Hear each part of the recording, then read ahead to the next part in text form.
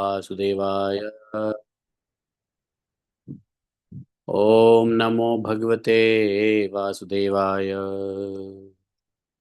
ओम नमो भगवते वासुदेवाय।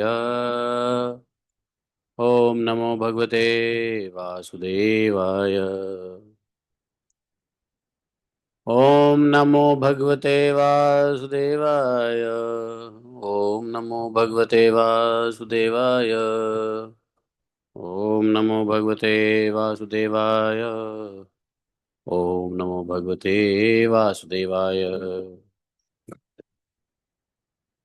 ओम नारायणं नमस्कृत्यं नरं चैव नरोत्तमं देवीं सरस्वतीं व्यासं ततो जयमुदीरयेत्। नष्टप्रायस्वभद्रेषु नित्यं भागवत सेवया भगवतोत्तमश्लोके भक्तिः भवति नैष्ठिकी। जन्मान्तस्य तन्व्याधितर्तः चार्थेष्वभिज्ञः स्वराट् तेने ब्रह्महृदादिकवये मुह्यन्ति यत् सूर्यः तेजो वारिमृदां यथा विनिमयो यत्र त्रिसर्गो अमृषां धाम्ना सदा निरस्तकुहकं सत्यं परमं धीमहि धर्मा प्रोजितकैत्वत्र परमो निर्मत्सराणां सतां वेद्यं मातृवस्तु शिवदं तापत्रयोन्मूलनम् श्रीमद्भागवत महामुनिकृते किं वा परमेश्वरः सद्यो हृदयदत्तकृतिभिः शुश्रूभिः तत्क्षणात् निगमकल्पतरोरगलितं फलं सुखमुखाद् द्रवितसंयुतं पिबत भागवतं रसमालयं मुहुरहो रसिका भुवि भावुकाः। अहं सर्वस्य प्रभवो मत्तः सर्वं प्रवर्तते इति मत्वा भजन्ते मां बुधा भावास्मन्विता मच्चित्ता मद्गतप्राणा बोधयन्तः परस्परं कथयतश्च मां नित्यं तुष्यन्ति च रमन्ति च तेषां सततयुक्तानां भजतां प्रीतिपूर्वकं ददामि बुद्धियोगं तं येन मापुयान्ति ते तेषामेवानुकम्पार्थम् अहम् अज्ञानजं तमः नास्यात्मभावस्थो ज्ञानदीपेन भास्वता अहमेवासमेवाग्रे नान्यत् सत्परम् पश्चादमते तस्य एव शिष्येत स्वस्मिन् ऋतेऽर्थं यत् प्रतीयेत न प्रतीयेत चात्मनि तद्विद्यादात्मनो माया यथा भासो यथात्मा यथा मान्ति भूतानि भूतेषु चावचिष्यनु पृष्ठान्यपृष्ठानि तथा तेषु न तेषाम् एतावदेव जिज्ञासं तत्त्वजिज्ञासनात्मना अन्यव्यतिरेकाभ्यां यत् स्यात् सर्वत्र सर्वदा हरे कृष्णा कृष्ण कृष्ण हरे हरे हरे राम राम राम हरे हरे हरे कृष्णा कृष्ण कृष्ण हरे हरे हरे राम राम राम हरे हरे। बोले ग्रंथराज श्रीमद् भागवत महापुराण की जय। शिला प्रभुपाद की जय। शिला व्यासदेव भगवान की जय। शिला सुखदेव गोस्वामी महाराज की जय। जय जय श्री राधे श्याम।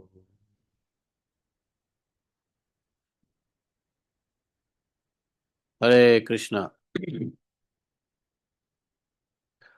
श्रावण शुक्ल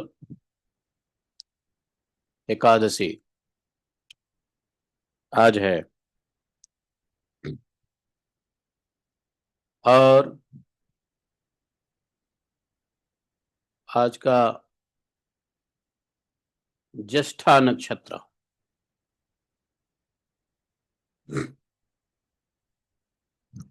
मंगलवार है। तो आज हम लोग आगे पढ़ेंगे।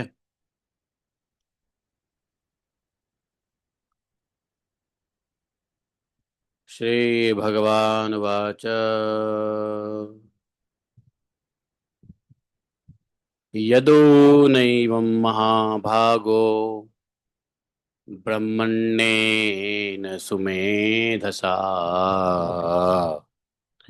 पृष्टः सभाजितः प्राह प्रश्रयावनतं द्विजः। ब्राह्मणुवाच सन्ति मे गुरवो राजन् बहवो बुद्ध्युपाश्रिताः यतो बुद्धिमुपादाय मुक्तो अटामि तीक्ष्णो ताक्षणो पृथ्वी वायुराकाशम् अपो अग्निश्चन्द्रमा रविः कपोतो अजगरः सिन्धुः पतंगो मधुकृत गजः मध्वा हरिणो मीनः पिंगलाः क्रूडोभकः कुमारी सरकृत सर्पा ऊर्णनाभि सुपेशकृत एते मे गुरवो राजन्स चतुर्विंशतिराश्रितः शिक्षावृत्तिभिरेतेषाम् अन्वशिक्षम्यात्मनः यतो यद अनुशिक्षामि यथा वह नाहुषात्मज तत्तथा पुरुषव्याघ्र निबोध कथयामि ते। ओम अज्ञानतिमिरान्धस्य ज्ञानाञ्जनशलाकया चक्षुरुन्मीलितं येन तस्मै श्रीगुरवे नमः। श्रीचैतन्यमनोभीष्टं स्थापितं येन भूतले स्वयं रूप कदा मह्यं ददाति स्वपदान्तिकम् वन्देऽहं श्रीगुरो श्रुतपथकमलं शीघ्रो न वैष्णवांश्च श्रीरूपं सागरजातं सागररघुनाथान्वितं तं सजीवं साद्वैतं सावधूतं परिजनसहितं श्रीकृष्णचैतन्यदेवं श्रीराधाकृष्णपादान् सहगणललिता श्रीविशाखान्वितांश्च हे कृष्णकरुणा सिन्धो दीनबन्धो जगत्पते गोपेश गोपिका कांतं राधा कांतं नमोस्तुते तप्त कांचन गौरांगी राधे वृंदावनेश्वरी भानुसुते देवी प्रणमामि हरिप्रिये।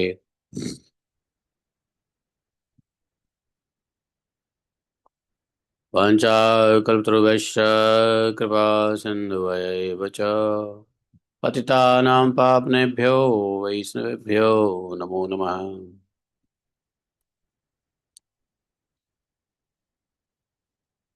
तो भगवान ने कहा राजा यदु की बुद्धि शुद्ध थी और राजा यदु भगवान के पूर्वज ही थे और उनके हृदय में ब्राह्मण भक्ति तो थी ही। दत्तात्रेय को अत्यंत सत्कार करके जब यह प्रश्न पूछा तो दत्तात्रेय ने भी बड़े विनम्र भाव से जवाब दिया। दत्तात्रेय जी ने कहा ब्रह्मवेत्ता दत्तात्रेय जी ब्राह्मण वाच ब्रह्मवेत्ता ही ब्राह्मण है। दत्तात्रेय जी बोले राजन मैंने अपनी बुद्धि से बहुत से गुरुओं का आश्रय लिया है, उनसे शिक्षा ग्रहण करके मैं इस जगत में मुक्त भाव से स्वच्छंद विचरता हूं। तुम उन गुरुओं के नाम और उनसे ग्रहण की हुई शिक्षा सुनो। तो दत्तात्रेय जी ने क्या कहा कि आपने जो प्रश्न किया है कि मैं क्यों इस प्रकार से प्रसन्न चित्त रहता हूं, कोई काम नहीं करता हूं और किसी प्रकार की दुख नहीं है हमको, तो इसका कारण हमने जिन जिन गुरुओं का आश्रय लिया है वह ज्ञान ही इसका कारण है। दुख संसार का अज्ञानता की वजह से है और ज्ञान हो जाए तो वास्तव में दुख हट करके अत्यंतिक सुख की अनुभूति होती है, प्रसन्न आत्मा हो जाता है। अज्ञान ही दुख का कारण है, अज्ञान ही माया है, माया ही जड़ है, जड़ ही प्रकृति है, और मूल प्रकृति ही शिवा है। तो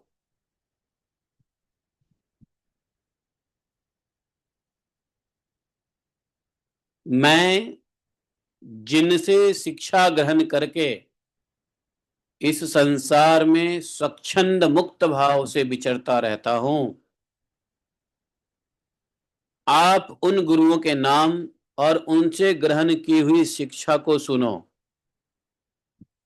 मेरे गुरुओं के नाम हैं पृथ्वी, वायु, आकाश, जल, अग्नि। तो पांच तो ये हो गए। चंद्रमा, सूर्य, कबूतर, अजगर, समुद्र, पतंग, भौंड़ा, हाथी, शहद निकालने वाला, हरिण, मछली, पिंगला, वैश्या, पिंगला वैश्या, कुरूर पक्षी, बालक, कुमारी कन्या, बाण बनाने वाला जो बाण बनाने का काम करता है, सर्प, मकड़ी और भिंग कीट। बोले ये हमारे गुरु हैं, और इनसे मैं शिक्षा ग्रहण करके पूरे पृथ्वी पे स्वच्छंद रूप से विचरण करता रहता हूं। तो बोले ये गुरु से हमने क्या सीखा? ये कितने गुरु हो गए? 24 गुरु बता दिया। 5, 6, 7, 8, 9, 10, 11, 12, 13, 14, 15, 16, 17, 18, 19, 20, 21, 22, 23, 24। 24 बोले कि मैंने इन 24 गुरुओं का आश्रय लिया है, और इन्हीं के आचरण से इस लोक में अपने लिए शिक्षा ग्रहण की है। हे ययाति नंदन, मैंने जिससे जिस प्रकार कुछ जो कुछ सीखा, वह सब ज्यों का त्यों तुमको कहता हूं, सुनो। दत्तात्रेय जी ने कहा, मैंने पृथ्वी से उसके धैर्य की, क्षमा की शिक्षा ली है। जैसे पृथ्वी के अंदर धैर्य है और सबको क्षमा करती रहती है। पृथ्वी को खोद लो, पृथ्वी पे गंदा कर दो, पृथ्वी को कुछ भी कर लो, पृथ्वी का लोग दोहन भी कर लेते हैं, पृथ्वी को लोग हल चला के ये सब करते हैं। तो बोले मैंने ये क्षमाशीलता की गुण और धैर्य, ये हमने पृथ्वी से सीखा है। लोग पृथ्वी पर कितना आघात और क्या क्या उत्पात नहीं करते, बताओ। लोग सारा पाप तो पृथ्वी पे ही करते हैं, सारे उत्पात पृथ्वी करते हैं, परंतु पृथ्वी न तो किसी से बदला लेती है, न रोती चिल्लाती है। संसार के सभी प्राणी अपने अपने प्रारब्ध के अनुसार चेष्टा कर रहे हैं। वे समय समय पर अलग अलग प्रकार से जाने या अनजाने में आक्रमण कर बैठते हैं। तो धीर पुरुष को चाहिए कि उसकी व्यवस्था समझे। लाइट बंद कर दो बाहर का, ताई। अच्छा कर दिया। तो बोले धीर पुरुष को क्या चाहिए कि उनकी व्यवस्था समझे पृथ्वी की। वह न तो धीरज खोवे, न क्रोध करे, अपने मार्ग पर ज्यों का त्यों चलता रहे।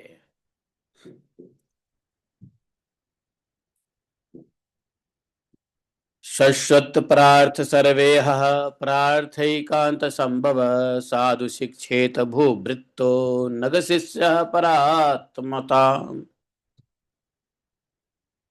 बोले पृथ्वी के ही विकार पर्वत और वृक्ष से मैंने यह शिक्षा ग्रहण किया है।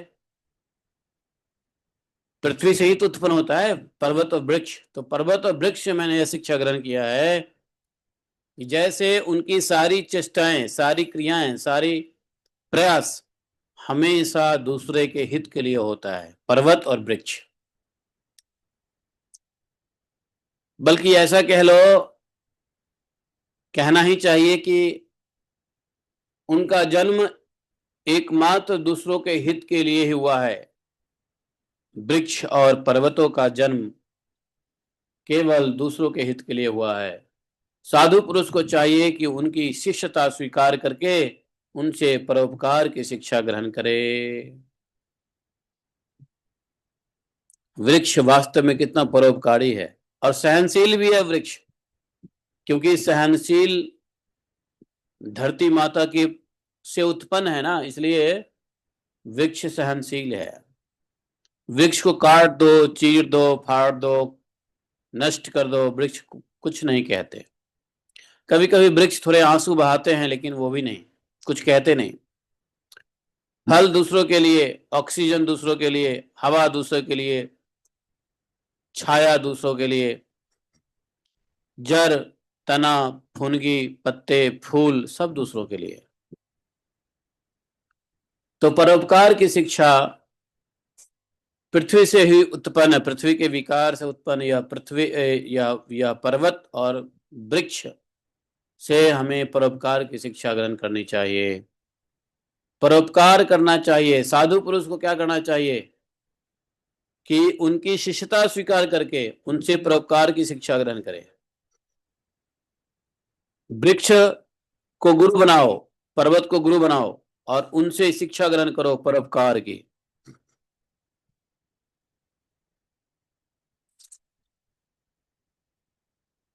वृक्ष के सामने जाके हाथ जोड़ो, कहो कि हे वृक्ष, मैं आपको आपके गुण के लिए गुरु बनाता हूं।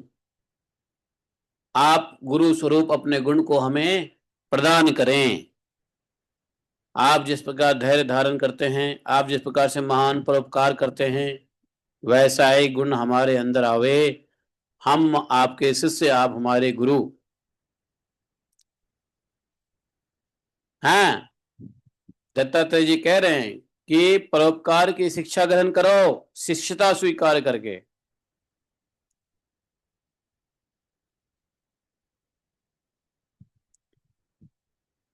वृक्ष की शिष्यता को स्वीकार करके परोपकार की शिक्षा ग्रहण करना चाहिए।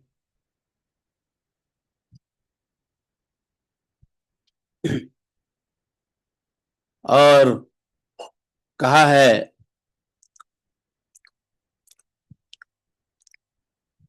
वायु से क्या शिक्षा ग्रहण किया है। तो वायु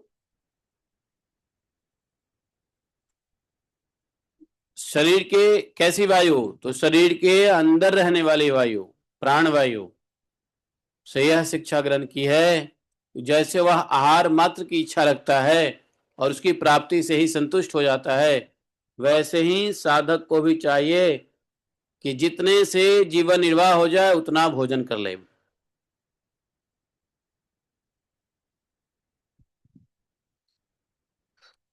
इंद्रियों को तृप्त करने के लिए बहुत से विषय ना चाहे।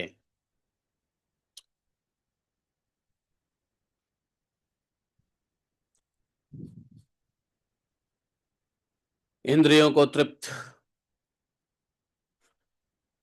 करने के लिए बहुत से विषय वस्तुओं को ना चाहे। संक्षेप में उतने ही विषयों का उपयोग करना चाहिए जिनसे बुद्धि विकृत ना हो, मन चंचल ना हो, वाणी व्यर्थ की बातों में ना लग जाए। शरीर के बाहर रहने वाले वायु से मैंने यह सीखा है कि जैसे वायु को अनेक स्थान में जाना पड़ता है, परंतु वह कहीं भी आसक्त नहीं होता। तो दोनों प्रकार के वायु से शिक्षा ग्रहण किया है दत्तात्रेय जी ने, शरीर के अंदर जाने वाले रहने वाली वायु और शरीर के बाहर वाली वायु। तो शरीर के अंदर प्राण वायु से शिक्षा ग्रहण किया है कि बस संतुष्ट हो, जितना उसको आवश्यकता है उतना ही प्राण वायु ले लेते हैं, नहीं अधिक नहीं। और बाहर के वायु से सीखते हैं कि वह घूमते तो सब जगह हैं, लेकिन वायु किसी एक स्थान में रह करके आसक्ति नहीं होती है, वो किसी के गुण दोष को नहीं अपनाता वायु। वैसे ही साधक पुरुष को आवश्यकता होने पर अलग अलग प्रकार के धर्म और स्वभाव वाले विषयों में जाए,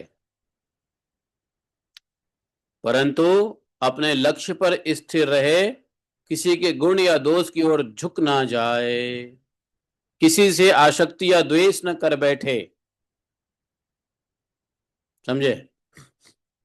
तो वायु से यह शिक्षा ग्रहण किया है कि साधु को यदि कहीं किसी और धर्म मत स्वभाव वाले लोगों के बीच जाना पड़े तो आसक्ति उसमें ना हो, उनके गुण या दोष के प्रति ना झुक जाएं, कोई द्वेष आसक्ति ना हो उनमें। वायु से सीखा है?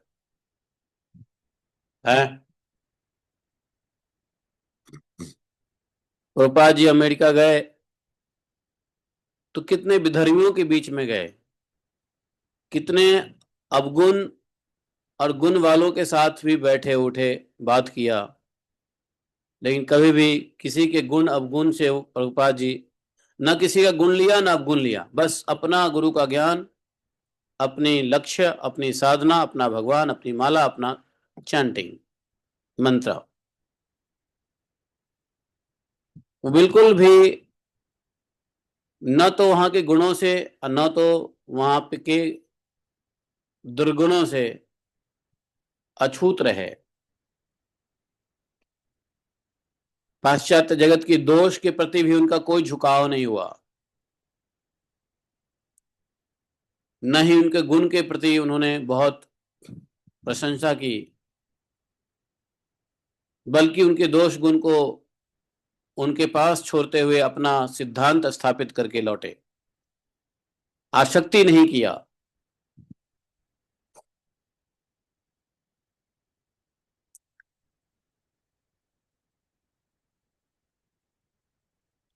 न ही किसी से द्वेष करते।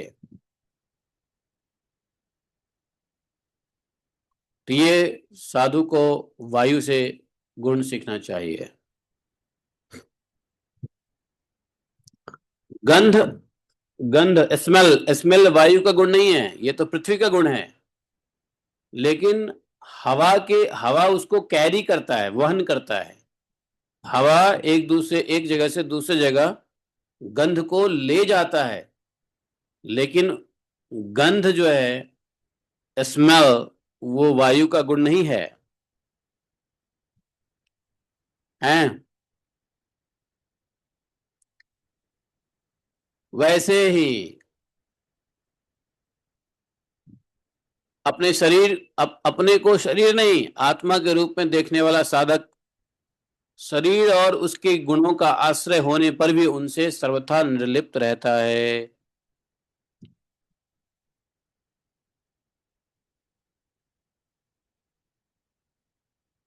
राजन, जितने भी घट मठ आदि पदार्थ हैं, वे चाहे चल हो या अचल, उनके कारण अलग अलग दिखते होने पर भी वास्तव में आकाश एक और अपरिच्छिन्न अखंड ही है।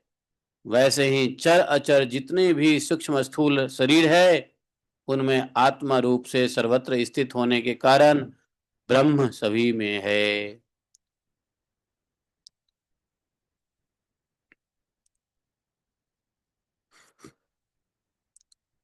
साधक को चाहिए कि सूत के मणियों में व्याप्त सूत के समान आत्मा को अखंड और असंग रूप से देखे। आत्मा इतना विस्तृत है कि उसकी तुलना कुछ कुछ आकाश से ही की जा सकती है।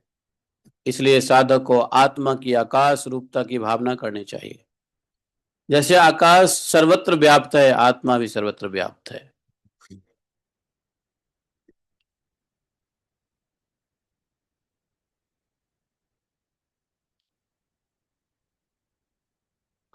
आग लगती है, पानी बरसता है, अन्न आदि पैदा होते हैं, नष्ट होते हैं, वायु की प्रेरणा से बादल आते जाते रहते हैं, चलते रहते हैं। यह सब होने पर भी आकाश अछूता रहता है। आकाश की दृष्टि से यह सब कुछ है ही नहीं। बादल आते हैं जाते हैं, बारिश होती है नहीं होती है, धूप होता है नहीं होता है, आकाश कोई से कोई फर्क नहीं पड़ता। इस प्रकार भूत वर्तमान और भविष्य के चक्रों में न जाने किन किन नाम रूपों के सृष्टि और प्रलय होते रहते हैं।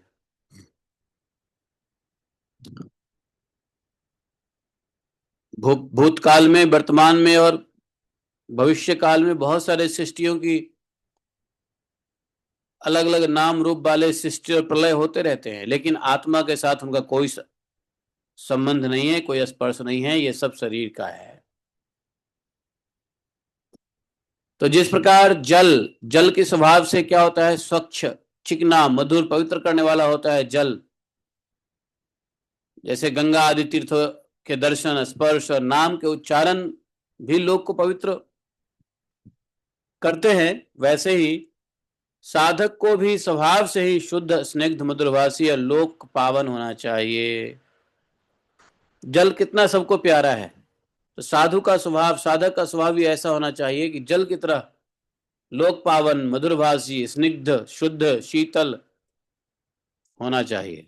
जल से शिक्षा ग्रहण करने वाला अपने दर्शन, स्पर्श और नामोच्चारण से लोगों को पवित्र कर देता है। जल से हमको मधुरभाषी, स्निग्ध, शुद्ध, जल भी प्यास बुझाता है और साधु भी आत्मा को, आत्मा का प्यास बुझाता है।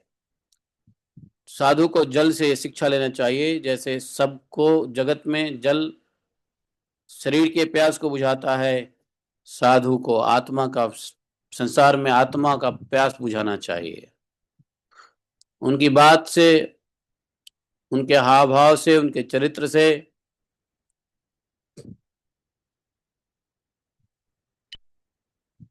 बोले राजन, मैंने अग्नि से क्या शिक्षा लिया है, सुनिए कि जैसे अग्नि तेजस्वी और ज्योतिर्मय होती है, उसे कोई अपने तेज से दबा नहीं सकता। जैसे उसके पास संग्रह परिग्रह के लिए कोई पात्र नहीं, सब कुछ अपने पेट में रख लेती है, और जैसे सब कुछ खा पी लेने पर भी उत्पन्न वस्तुओं के दोषों से वह लिप्त नहीं होती, वैसी साधक भी परम तेजस्वी, तपस्या से देदीप्यमान, इंद्रियों से पराभूत, भोजन मात्र का संग्रही और यथा योग्य सभी विषयों का उपभोग करता हुआ भी अपने मन और इंद्रियों को वश में रखे, किसी का दोष अपने में ना आने दे। तो अग्नि से बहुत बड़ी शिक्षा मिलती है। तो अगर संग्रह करना पड़े तो भोजन मात्र का संग्रही, और अगर विषयों का उपभोग करना है, भोग करना है, तो यथा योग्य कर सकते हैं विषय भोग, लेकिन मन और इंद्रियों को वश में रखना पड़ेगा। किसी का दोष, किसी विषय के भोग का दोष ना लगने पाए अपने में। अग्नि सभी वस्तुओं को जला डालती है, अच्छे बुरे सबको वो खा जाती है, लेकिन फिर भी अग्नि शुद्ध ही रहती है। नहीं, अग्नि शुद्ध रहते हैं, उसमें क्या क्या नहीं जलता है? शरीर को भी जला देते हैं, लकड़ी को भी जला देते हैं, कूड़े को भी जला देते हैं अग्नि में, सब वो हजम कर जाती है खा पी के, लेकिन अग्नि कभी भी उन भोगे हुए वस्तुओं के गुण को स्वीकार नहीं करते। उसी प्रकार से साधु को करना चाहिए कि अग्नि की तरह ही विषय वस्तुओं को भोगे, लेकिन उसके दोष को अपने अंदर ना आने दे, इंद्रियों को वश में रखें। लेकिन इंद्रियों को वश, आरंभ की अवस्था में होता क्या है कि इंद्रियों को वश में करने के लिए, आरंभिक अवस्था में इंद्रियों को वश में करने के लिए, इंद्रियों को वश में रखने के लिए क्या होता है,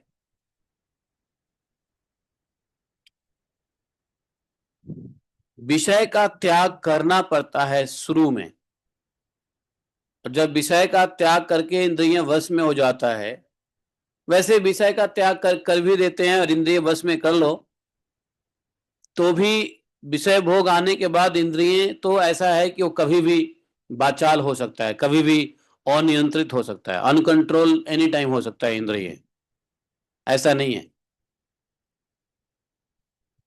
तो फिर इंद्रिय कभी अनियंत्रित ना हो तो उसके लिए क्या करें? तो मन और इंद्रिय, जो इंद्रियों का सरदार मन है, और मन और अपने साथ साथ 10 इंद्रियों को क्या करो? भगवान में लगा दो। और कैसे लगा दो? निरंतर लगाए रखो, सुबह दोपहर शाम रात हर समय सततम कीर्तयन्तो माम। तो जब इंद्रियों के साथ मन भगवान की सेवा में लग गया तो भोग की वस्तु प्राप्त होगी भी, तो भोग करते करते भी मन उसमें नहीं रहेगा, मन तो ऑलरेडी अभ्यास लग गया है मन को भगवान की सेवा में। इसलिए सबसे बड़ा इफेक्टिव तरीका है मन और इंद्रियों को वश में करने का, वह है डिवोशनल सर्विसेज एग्जीक्यूशन। भगवान के भक्ति में, भक्त क्रिया भक्ति, साधना भक्ति, वैदिक भक्ति में किसी भी तरीके से भगवान के ही इंद्रियों को भगवान की सेवा में लगा देने से भोग का जो भोग का जो दोष है वो मन के ऊपर फिर नहीं आएगा। कभी भोग मिल भी गया, अच्छे खाने को, अच्छे पहनने को, अच्छा गाड़ी घोड़ा, तो मन उसमें नहीं रहेगा, क्योंकि मन को एक दूसरा आश्रय मिल गया है। कौन सा आश्रय? पादारविंद आश्रय, भगवान के चरण कमल का आश्रय भक्त को मिल जाता है। तो भोग में फिर वह आनंद नहीं लेता है, जरूरत पड़ने पे वो भोग कर लेता है, लेकिन आनंद उसको वास्तव में नहीं मिलती है। रसगुल्ला आ गया प्लेट में तो खा लेगा, लेकिन रसगुल्ले में उसको आनंद नहीं है, आनंद तो है भगवान की भक्ति में। अच्छा, कैसे समझे कि भोग में, भोग को हमने भोग लिया उसमें रुचि है, यह कैसे समझेंगे? जानते हो, ये बहुत बड़ी अंडरस्टैंडिंग है। इस अंडरस्टैंडिंग को समझेंगे तो बड़ा बड़ा काम बन जाएगा। एक साधु, संयमी साधु भी भोग कर सकता है, और एक असंयमी गृहस्थ भी, भोगी भी भोग करता है। साधु के भोग में और भोगी के भोग में अंतर क्या है? दोनों में एक बहुत बड़ा अंतर है। इसी वजह से साधु भोग करते हुए भोगी नहीं कहलाता, और भोगी भोग करते करते और भोगी बनता जाता है। उसका कारण क्या है? कि जो भोगी होते हैं, विषय भोगी, वो विषय भोगने के बाद उस चीज की चिंता और करते हैं, उसके पीछे पड़ जाते हैं, अपना समय नष्ट करते हैं भोग के पीछे, और भोग की अभिलाषा करते हैं, और भोग प्राप्त करने की इच्छा रखते हैं, उसके लिए मेहनत करते हैं, पूरा जीवन लगा देते हैं, पूरा समय अपना लगा देते हैं भक्ति को छोड़ करके, अपना सारा एंडेवर्स लगा देते हैं उस भोग को और भोगने के लिए। उनका एक ही स्टेटमेंट, भोगी का एक स्टेटमेंट होता है, क्या? दिल मांगे मोर। नहीं, भोगियों का यही स्टेटमेंट है, दिल मांगे मोर। लेकिन वही भोग जब साधु भोगता है तो वह प्रारब्धवश मिल गया, भोग लिया, लेकिन उसके भोगने, फर्दर भोगने की इच्छा नहीं होती है। भोगने के लिए वह अपना भजन नहीं छोड़ता है, उस भोग को प्राप्त करने के लिए अपना समय नहीं गंवाता है, उस भोग की इच्छा के लिए अपना सब कुछ नहीं देता है, अपना सब कुछ भगवान को देता है। यही अंतर है भोगी में और योगी में। योगी भी मिठाई खा लेगा, लेकिन मिठाई खा लिया, भगवान का शुक्रिया अदा किया, हा भगवान आपने आज मिठाई खिलाया, आपको ही बहुत बहुत धन्यवाद। लेकिन भोगी जो होगा, मिठाई खा लेगा, फिर सोचेगा मिठाई को घर कैसे ले जाऊं, खा लिया पेट भर गया, सोचेगा घर कैसे ले जाऊं, बाल बच्चे भी तो हैं, घर अगर ले जाएगा तो फिर सोचेगा कि आज तो आ गया, कल कैसे मिठाई आएगा, परसों कैसे मिठाई आएगा। अरे ऐसा व्यवस्था करो कि मिठाई हमेशा आती ही रहे और भोग करते ही रहें। इस चक्कर में क्या होता है, उसका मन भोग में चला जाता है, उसकी सारी चेष्टाएं एंडवर्स भोग में चला जाता है, उसकी सारी क्रियात्मक विधि भोग में लग जाता है, सारा माइंड बॉडी सोल एक्शन सब भोग में लग जाता है। तो समझे भोगी और योगी में अंतर। योगी उसको इच्छा नहीं करता है दोबारा पाने की, भोगी उसको पाने की ही इच्छा करता रहता है। लेकिन भोग दोनों को मिलता है, एक ही भोग भोगने से एक भोगी कहलाता, एक योगी कहलाता। वही यहां भगवान दत्तात्रेय जी कह रहे हैं कि भोग भोगे, अगर प्रारब्ध से कुछ मिल गया है भोग भोगे, लेकिन संग्रही ना बने, और भोग भोगते हुए अपने मन इंद्रियों को बस में रखे, किसी का दोष अपने में ना आने दें, उस भोग को इकट्ठा करने की प्रवृत्ति ना हो, उस भोग के पीछे अपना समय नष्ट ना करे, अपना शरीर नष्ट ना करे, अपना मन बुद्धि नष्ट ना करे, अपनी इंद्रियों की शक्ति नष्ट ना करे, अपनी क्रिया शक्ति नष्ट ना करे, अपनी ज्ञान शक्ति नष्ट ना करे। उस भोग के लिए व्यक्ति भोग के लिए ज्ञान शक्ति, क्रिया शक्ति, शरीर शक्ति सब लगा देता है, नहीं लगाता है कि नहीं लगाता है, नहीं। तो यहां भगवान कह रहे हैं देखो जो साधु है उसको ऐसे करना पड़ेगा। तो यह किससे सीखे, यह किससे सीखना है, अग्नि से, अग्नि से सीखा। देखो हमको यह समझना हो कि हम भोगी हैं या हम भक्त हैं, तो उसका एक ही डेफिनेशन समझ लेना। अब अरे सुनो एक मिनट, इसको बंद करना और इसको 2 पे चला दो। कहाँ गए,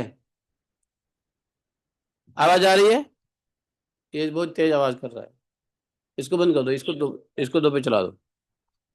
तो चलो आज हम आपको बता देते हैं एक लिटमस टेस्ट कि कैसे आप यह समझोगे कि हम में भोग की वृत्ति हो रही है, भक्ति की वृत्ति है। भक्ति मतलब योग, तो भोग की वृत्ति हो रही है या योग की वृत्ति हो रही है, हम कैसे इस बात को समझे बताओ।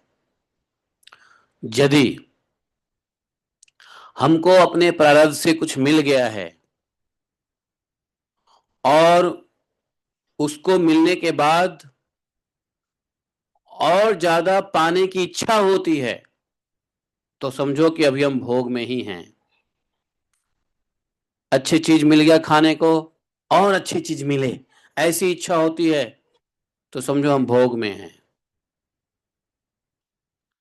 आज का प्रसाद बहुत अच्छा था, ऐसे ही रोज बनाओ ना, जैसे ही ये बात आई मन में ऐसे ही रोज बनाओ ना, ऐसा ही बढ़िया खाना रोज बनाओ ना, समझो कि हम भोग में हैं। क्रिस्टल क्लियर अंडरस्टैंडिंग समझ लो कि हम भोगी हैं।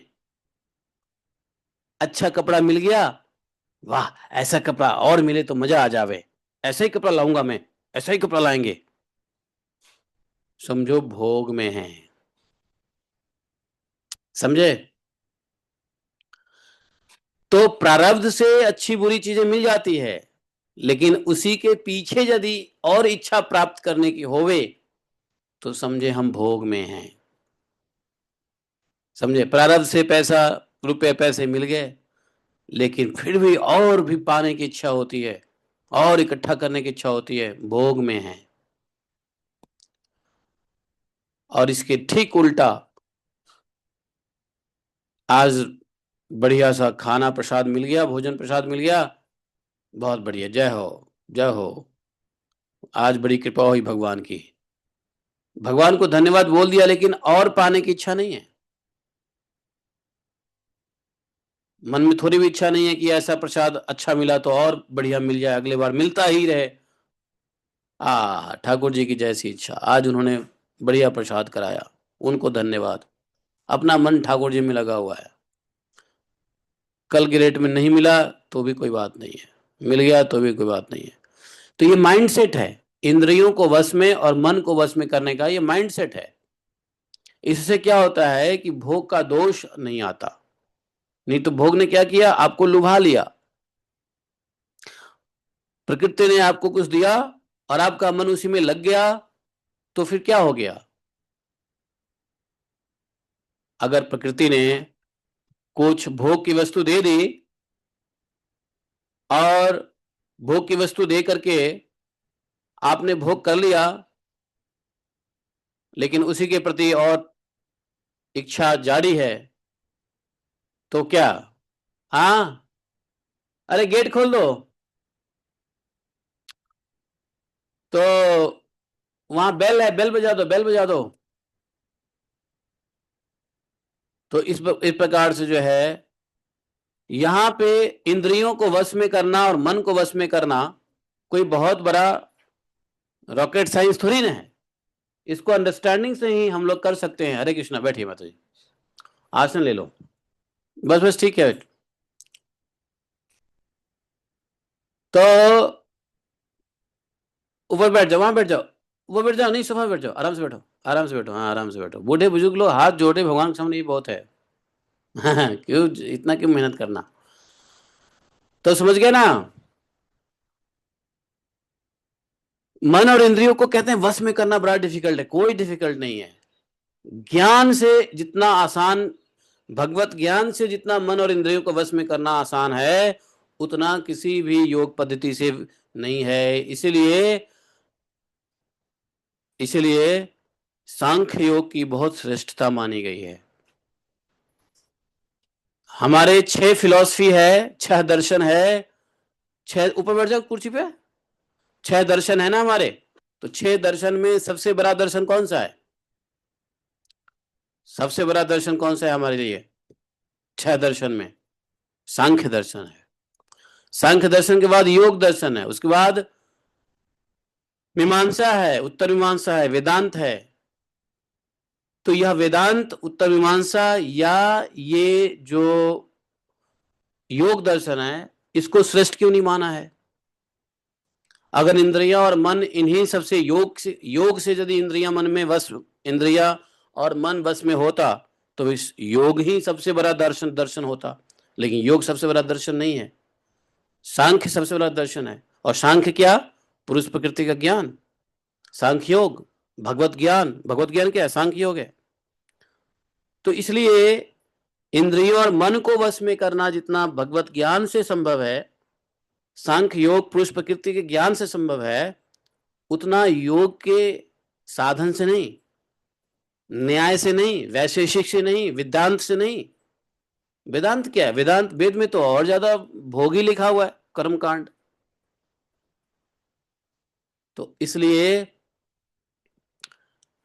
यह अंडरस्टैंडिंग यदि हो जाए, यह अंतर यदि हमको ग्राउंड लेवल पे समझ में आ जाए कि हम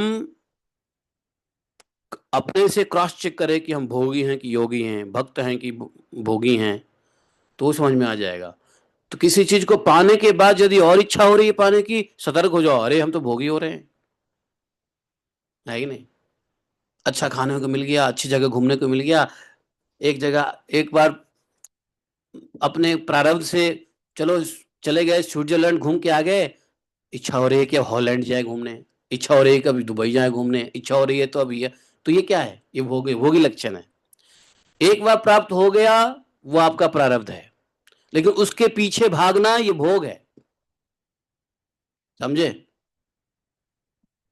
तो दत्तात्रेय जी का जो ये टीचिंग्स है कि अग्नि से यही शिक्षा लेना होता है, वो कितना अग्नि सबको कंज्यूम कर जाता है। चाहे उसको अग्नि को कूड़े कूड़े कूड़े को भी जला देते अग्नि, लाश को जला देते अग्नि, बड़े बड़े जंगल को जला देते अग्नि, अग्नि से खाना भी पकता है, अग्नि से सब कुछ होता है। अब वही अग्नि है जो भगवान के मुंह के सामने संसार धावा नल्ली डलो का सुबह सुबह चलता रहता है अग्नि। लेकिन अग्नि क्या करते हैं? अग्नि किसी के दोष को नहीं लेता। तो इसलिए ये जो भागवत ज्ञान है, सांख्य ज्ञान है, इस ज्ञान को लेने के बाद जितना हृदय परिवर्तन, जितना मन और इंद्रियों को वश में करना संभव होता है, उतना किसी भी फिलॉसफी में नहीं होता, ऑर्थोडॉक्स की किसी फिलॉसफी में नहीं होता। एग्जाम्पल दिया है यहाँ दत्तात्रेय जी ने। जैसे अग्नि, अग्नि क्या होता है?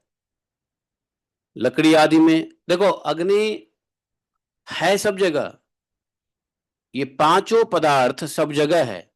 आंख खोलो तो पांचों चीज दिखेगा। आकाश भी दिखेंगे, वायु दिखेंगे, और हम हैं तो वायु है, और हमारी बुद्धि ठीक है तो समझो आकाश तत्व है। हम अगर बोल रहे हैं तो समझो वायु है, बिना वायु के हम बोल भी नहीं पाएंगे। वायु ही बोलने का माध्यम है, वायु ही क्रिया शक्ति है, वायु ही ऊर्जा शक्ति है। समझे क्या? वायु ही ऊर्जा शक्ति है। तो वायु ही अग्नि है। मतलब अग्नि जो है सब जगह है। लकड़ी में है अग्नि, लेकिन लकड़ी में अग्नि, जैसे ब्रह्म, ब्रह्म को भी ऐसे ही बताया है। ब्रह्म दो प्रकार के हैं, सब जगह है जो अप्रकट है, और लेकिन ब्रह्म को प्रकट भी किया जा सकता है। अग्नि अप्रकट है लेकिन वो प्रकट भी होते हैं। तो अग्नि जब प्रकट होते हैं, एक चिंगारी लगा दो, धर धर धर धर, धड़ाक से अग्नि प्रकट हो जाएगा। तो जो अग्नि दिखती है वो व्यक्त है, और जो नहीं दिखती है लकड़ियों में वो अव्यक्त है। वैसे ही कल हम लोगों ने जो पढ़ा वायवीय संहिता शिव पुराण में, उसमें वही समष्टि और व्यष्टि की इसी को बताते हैं। समष्टि और व्यष्टि मतलब प्रकट और अप्रकट, है ना?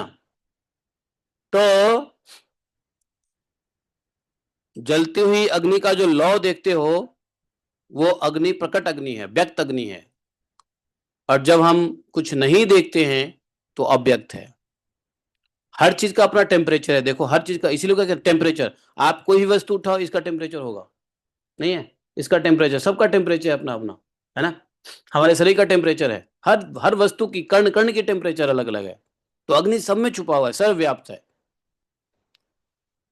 आकाश भी सर्वव्याप्त है, वायु भी सर्वव्याप्त है, जल भी सर्वव्याप्त है, और पृथ्वी तो है ही। तो अब कैसे समझोगे पृथ्वी सर्वव्याप्त है? स्मेल करो, जो कुछ स्मेल आ रहा है क्या है? इसका मतलब अग्नि है। नाक से हम सूंघ पाते हैं, इसका मतलब, सॉरी, इसका मतलब क्या है? वो अगर नाक से हम कुछ सूंघ पाते हैं, कोई भी गंध अगर नाक में जा रही है, तो वह गंध क्या है फिर? पृथ्वी है? नहीं, हमारी क्रिया शक्ति, हम बोल पा रहे हैं, क्रिया कर रहे हैं, वो वायु है। और जो हम देख पा रहे हैं वो क्या है? अग्नि है। अग्नि का तन्मात्रा क्या है? रूप। और जब तक हम नियंत्रित है, कंट्रोल्ड है, मन से,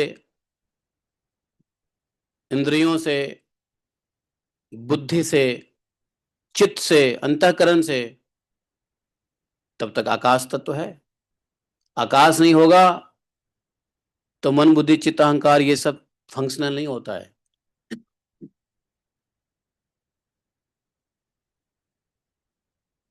अगर अग्नि तत्व नहीं होगा तो हम कुछ दिखेगा ही नहीं।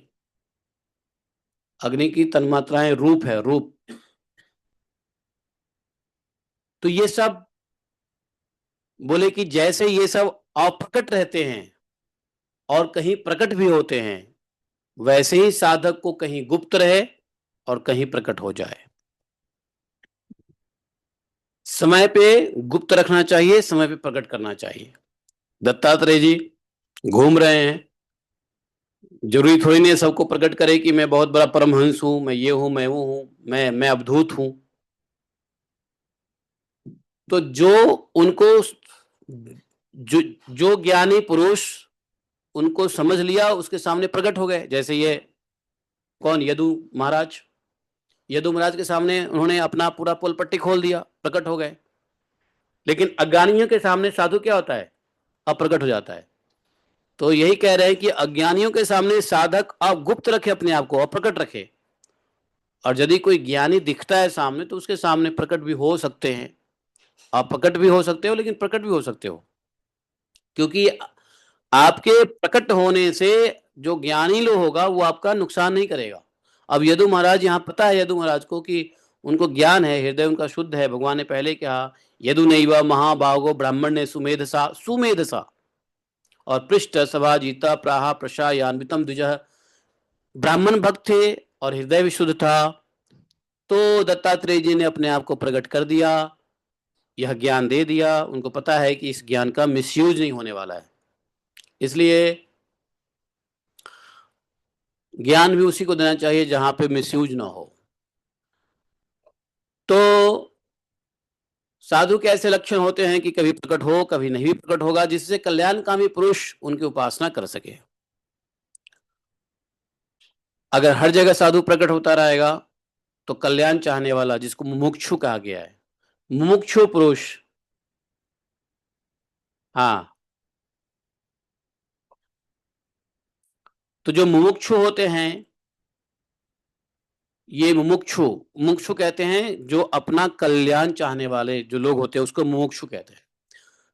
तो जो अपना कल्याणकामी पुरुष है उनकी उपासना कर सके, साधु की उपासना कर सके, भक्ति कर सके, उनकी सेवा कर सके, तो साधु वह अग्नि के समान ही भिक्षारूप हवन करने वाले अतीत और भावी अशुभों को भस्म कर देता है।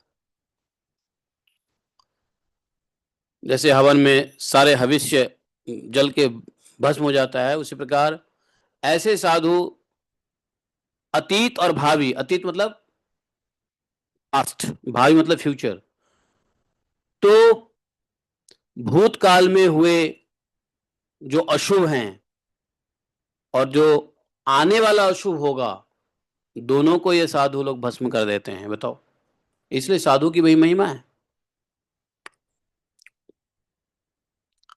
साधु कहीं आसपास में हो तो दर्शन करने जाना चाहिए, अवश्य जाना चाहिए। ये नहीं यूट्यूब पे देख लिया हो गया, नहीं, कहीं आसपास में सुने कि कोई साधु आए हैं, कथा हो रही है, कथा सुनने का टाइम नहीं है, एक बार जाके दर्शन करो, लाइव दंडवत करो, उनके सामने थोड़ी देर बैठो, क्योंकि साधु के अंदर ये गुण है, बहुत बड़ा गुण है साधुओं में। इसलिए साधु संगा न स्पृश्यते न भस्त तत्व काल सृष्ट गुण ही पुमान, नहीं, सॉरी सॉरी सॉरी, यह श्लोक तो नहीं है। हाँ,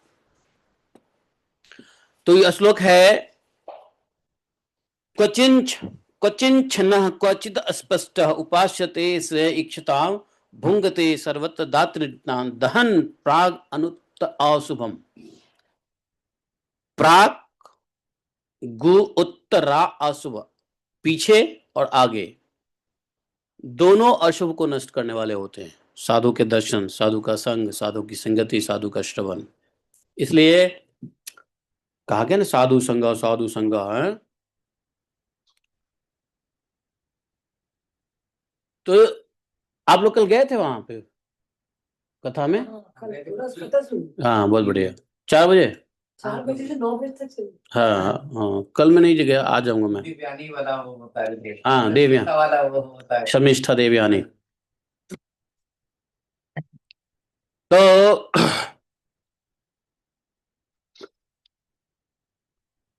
आज हम जाएंगे। तो इस प्रकार से बोले कि देखो, साधु पुरुष को इसका विचार करना चाहिए कि जैसे अग्नि लंबी चौड़ी टेढ़ी सीधी लकड़ियों में रहकर उनके समान ही, अब जैसे मान लो कोई कोई रस्सी है, वो टेढ़े मेढ़े कर दो तो अग्नि जलाओगे तो जैसे रस्सी टेढ़े मेढ़े है वैसे ही अग्नि भी घूमते घूमते जाएंगे। नहीं, पेट्रोल को ऐसे ऐसे छिड़को तो जैसे जैसे पेट्रोल छिड़कोगे वैसे घूमते हो जाएगा, ऐसे नहीं सीधी से जाएगा वो। तो क्या वही यहाँ पे क्या है कि जिस प्रकार से अग्नि लंबी चौड़ी टेढ़ी मेढ़ी लकड़ी से होकर ठीक वैसे ही सीधी टेढ़ी या लंबी चौड़ी दिखाई पड़ती है, लेकिन वास्तव में वैसी है नहीं। वैसे ही सर्वव्यापक आत्मा भी अपनी माया से रचे हुए कार्य कारण रूप जगत में व्याप्त होने के कारण उन वस्तुओं में नाम रूप से कोई संबंध न होने पर भी उनके रूप में प्रतीत होने लगता है। कार्य कारण कितना भी टेढ़ा मेढ़ा हो, लेकिन आत्मा का गुण कोई टेढ़ा मेढ़ा नहीं है, वह एक रूप में प्रतीत होते हैं। बोले चलो ये तो हमने ये सीखा, अब चंद्रमा से क्या शिक्षा ग्रहण किया? चंद्रमा से क्या शिक्षा ग्रहण किया? तो बोले चंद्रमा से शिक्षा ग्रहण किया विसर्गाध्यास्म श्मशानान्ता भावा देहस्य नात्मनः कलानामेव चंद्रस्य काले न अव्यक्त वर्तमना। इन्होंने कहा विसर्गाध्या क्या मतलब हुआ? ऐसा है, काल जो है ना, विसर्ग,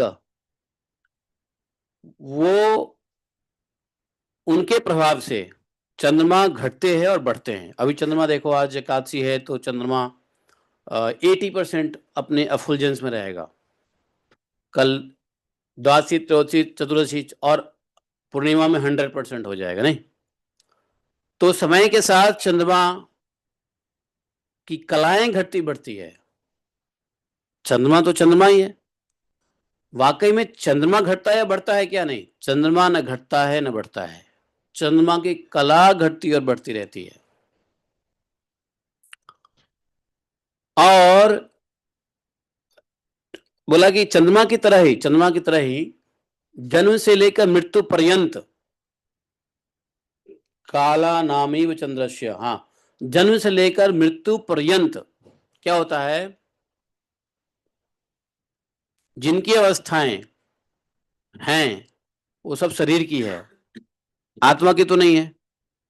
तो जैसे चंद्रमा नष्ट हुआ दिखाई देता है अमावस्या को, चंद्रमा है ही नहीं, लेकिन चंद्रमा है, होते हैं। तो शरीर भी बोले कि कभी जन्म लेता है और धीरे धीरे धीरे बढ़ता है और फिर अंत में खत्म हो जाता है। नहीं, तो चंद्रमा की तरह चंद्रमा को भी काल प्रभावित करता है, वैसे ही शरीर को भी काल प्रभावित करता है, लेकिन इस शरीर से आत्मा का कोई संबंध नहीं है। आत्मा ठीक वैसे ही है जैसे चंद्रमा। तो चंद्रमा की कला जो है वो बढ़ती घटती है, तो शरीर जो है इस आत्मा की कला है जो बढ़ता घटता रहता है, नष्ट होता है, उत्पन्न होता है क्षण क्षण में। बोला कि इसका एक एग्जाम्पल और बताए, आग की लपट या दीपक। दीपक की लौ देखो, दीपक की लौ क्षण क्षण में उत्पन्न और नष्ट होती रहती है, उनका यह क्रम निरंतर चलता रहता है परंतु दिखाई नहीं पड़ता। वैसे ही जल प्रवाह के समान, जैसे जल का जो वेग है वो काल के द्वारा क्षण क्षण में प्राणियों के शरीर की उत्पत्ति और विनाश होता रहता है, जल प्रवाह की तरह, परंतु अज्ञानवश वो दिखाई नहीं देता है। अब जैसे वो दीपक देखो, दीपक में बाती लगा होता है, थोड़ा सा भी उसको अगर हल्का सा भी तेल नहीं मिलेगा तो कम हो जाएगा, लेकिन तेल जैसे मिलने लगेगा फिर बढ़ जाएगा। तो हर क्षण वो क्षीण भी होता है और हर क्षण जैसे ही तेल मिलता है वो जलने भी लगता है। तो क्षीण होते हुए भी जलता है दीपक। नहीं, दीपक जो है क्षीण होते हुए जलता है। क्षीण कैसे होता है? अपने जो उसकी कला है, तो दीपक की कला क्या है? दीपक की कला क्या है? दीपक की कला है बाती। बाती की शक्ति क्या है? क्या बोलते हैं उसको? तेल। तो अपनी कला से तो यहाँ पे दीपक जलता है ना, तो दो चीज साथ में जलते हैं, तेल भी जलता है और बाती भी जलते हैं। तो अब बताओ कि तेल पहले जलता है या बाती पहले जलता है? दोनों जलता है।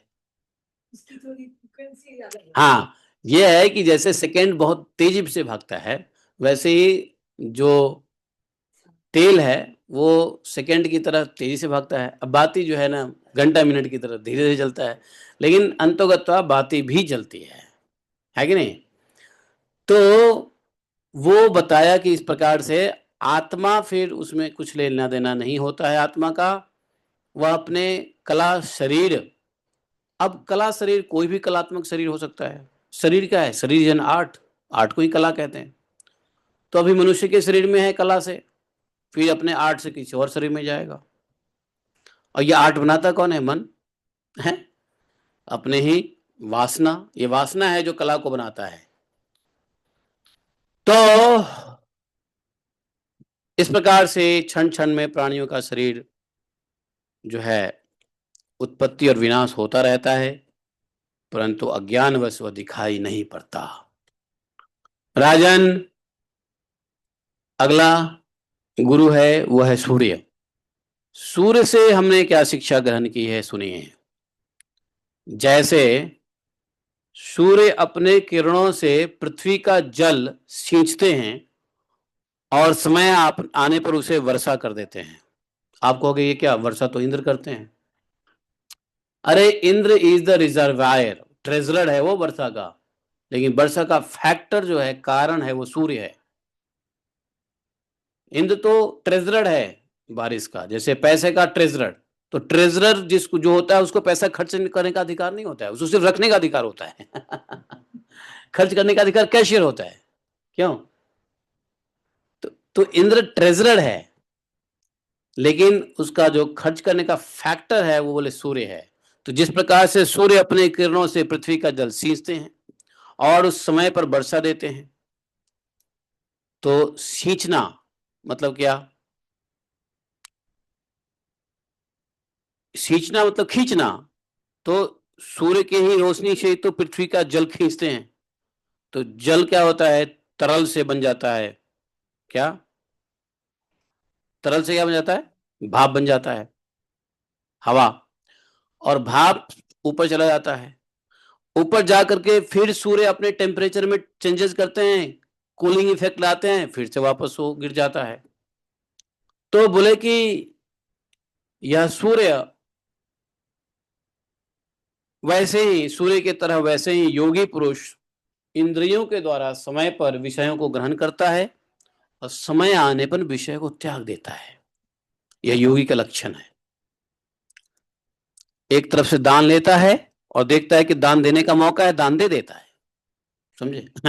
ये नहीं कि दान लेने का मौका है, नहीं नहीं नहीं नहीं नहीं, हम त्यागी बाबा हैं, और दान देने के मौका पे नहीं नहीं, अभी तो रखना है, जीवन अभी बाकी है, हजारों साल जीना है।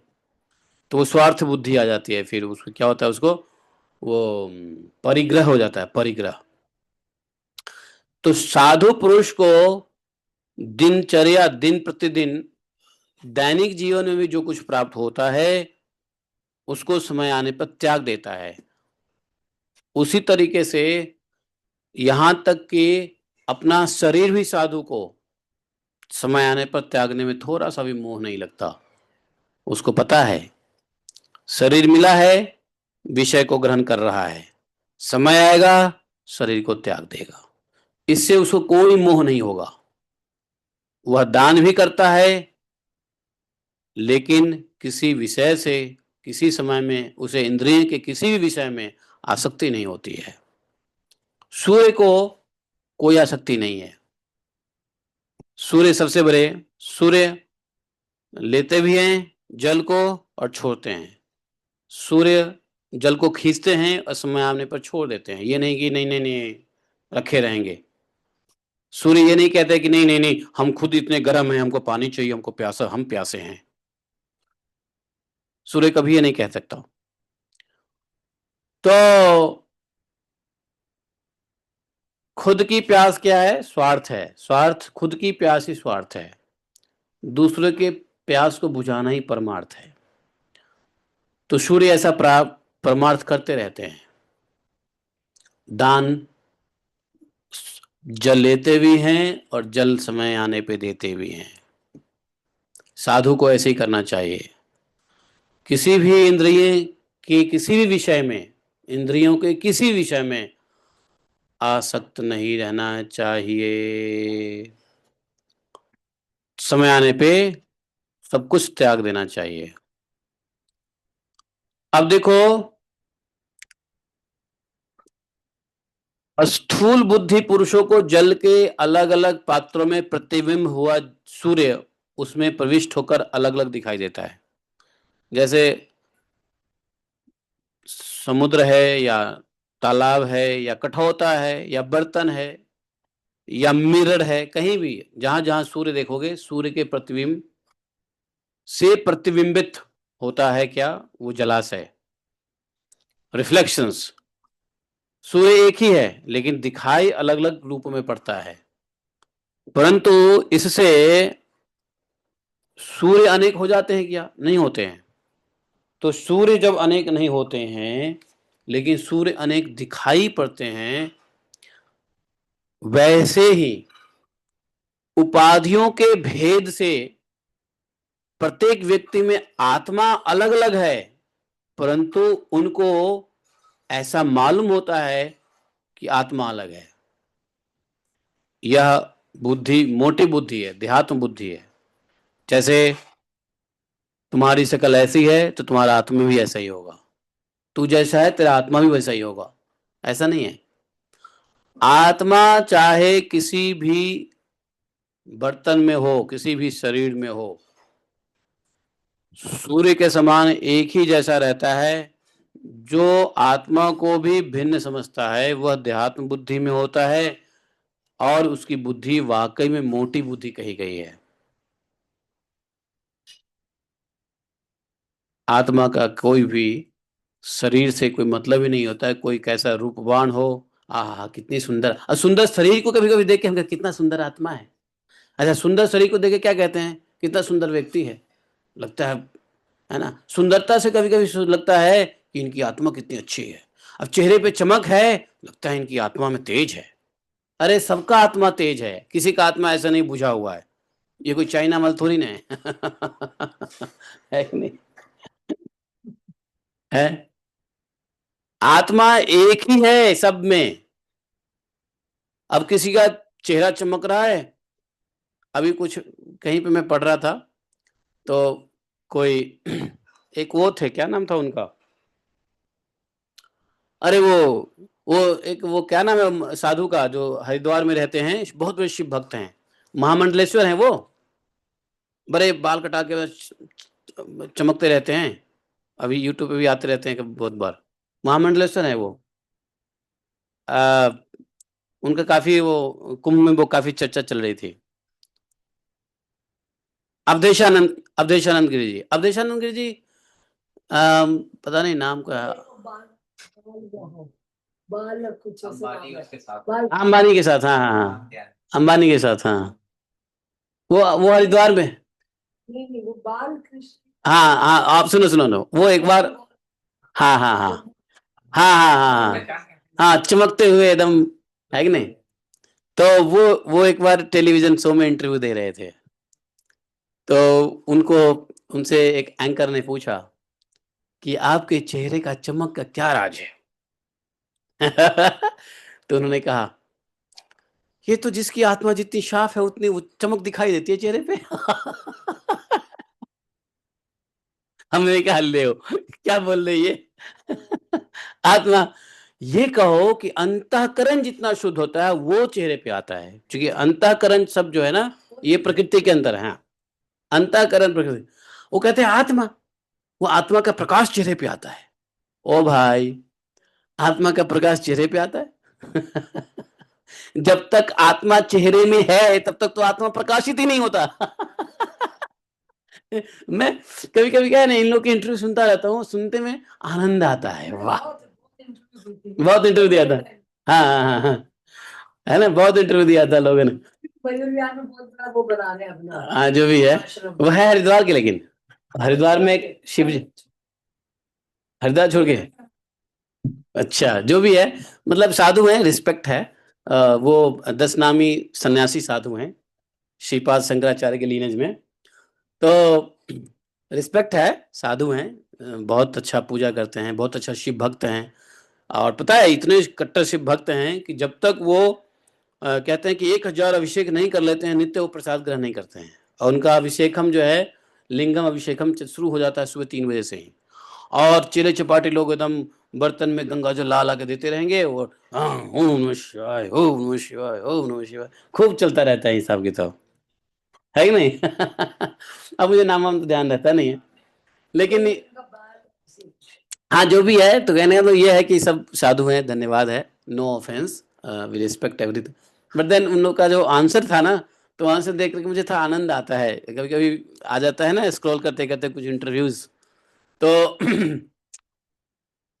तो वो कह रहे थे, एंकर ने पूछा कि आपके चेहरे के चमक का राज क्या है, तो आत्मा प्रकाशित होता है ना, वही चेहरे पे आता है, तो मतलब आपका चेहरा, आपका आत्मा प्रकाशित है।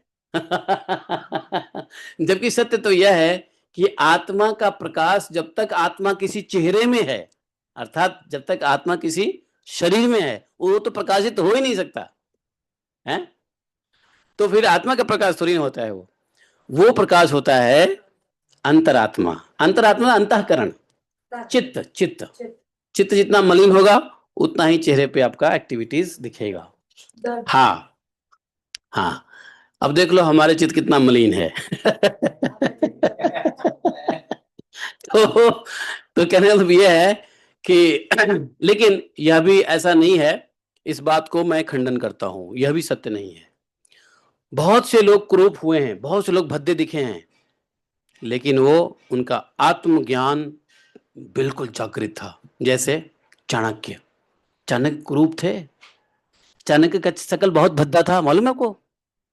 है, चाणक्य का शरीर को देखे ना तो जानते हो, चाणक्य के शकल देख के ही ने मगध का राजा, क्या नाम था उसका, धनानंद, धनानंद ने चेहरा देख करके उनको लात मार दिया था। कितना क्रूर व्यक्ति हमको शिक्षा देगा, उसने ज्ञान, हृदय की प्रकाशित ज्ञान नहीं देखा, उसने चेहरा देखा। अब कुछ लोग ऐसे होते हैं ना, चेहरे से भद्दे आ जाएंगे, आ क्या वो कहेंगे कमल जी ऐसा कर लो, क्या यार ये आदमी है, इतना गंदा आदमी है, इसके चेहरे से हम कभी बुद्धि को आंक लेते हैं।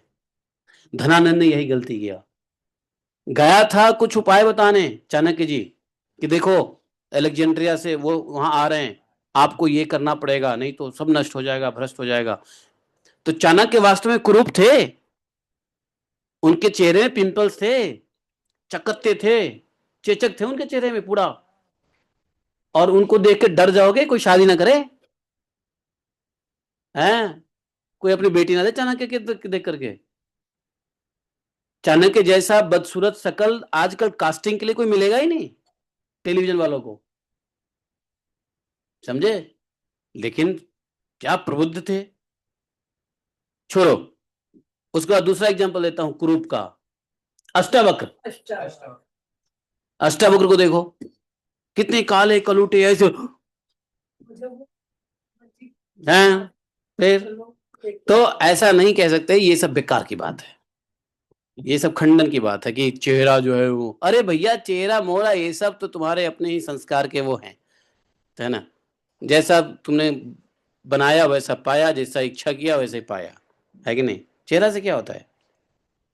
तो ये सब ठीक नहीं है। लेकिन हाँ कुछ लोग जो है, अब देखो मैं भी यदि बढ़िया से शेविंग कर लूं, बढ़िया से रोज रोज शेविंग करूं, तो मतलब ज्ञान तो कुछ है नहीं, लेकिन चमकता हुआ नजर आऊंगा। फिर कोई टेलीविजन एंकर पूछेगा कि आपके चमकते हुए चेहरे का राज क्या है, आत्मा का प्रकाश, मेरा आत्मा जागृत हो गया है।